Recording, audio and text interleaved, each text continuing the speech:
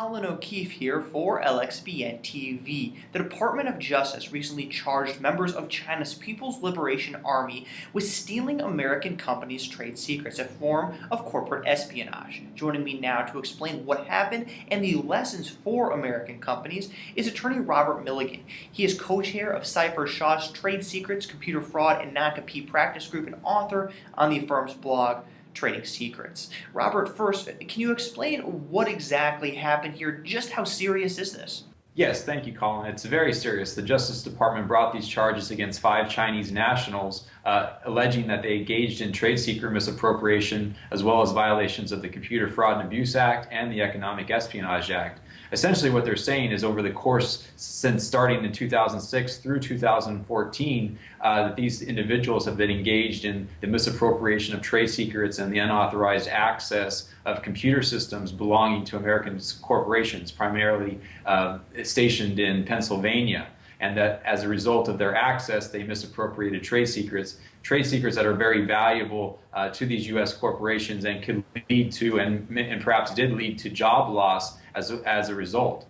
I see. And then second, what's the lesson for American companies? What's the takeaway for them in this? And then where does this situation go from here?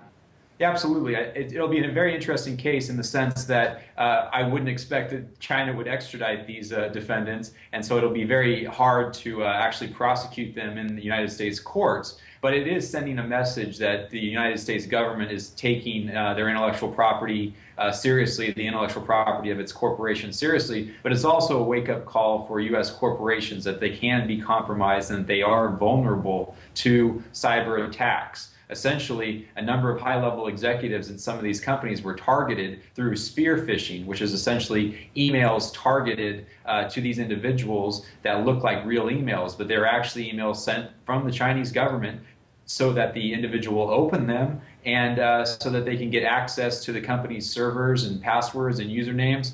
So it's very troubling, and it's a wake-up call to corporate America that they need to make sure that they have adequate security measures in place for their systems, and that they have great training in place for their employees as far as what to look for, as far as suspicious emails, as well as what to look for if you're doing a trip to China, and to protect your computers if you are in China. Yeah, absolutely. You can never be too careful, especially when traveling internationally. So lastly, what has been China's response to these charges? I assume the United States isn't completely innocent when it comes to this type of practice. It's been interesting, Colin, as far as China's response. They've obviously denied the allegations and emphatically denied the allegations. And so it's been interesting because the administration took a respite from really pushing this agenda with China after the Snowden incident. But again, they're pushing this agenda as far as trying to protect the trade secrets of U.S. companies.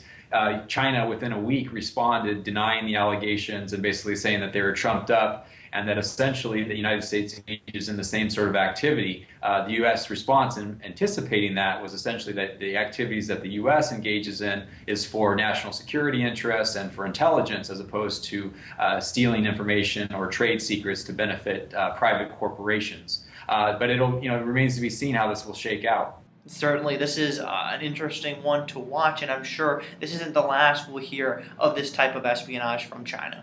Once again, that was attorney Robert Milligan of Seyfarth Shaw. For more of his insight on this story and others in the trade secret space, be sure to visit tradesecretslaw.com. Thanks for joining me today, Robert.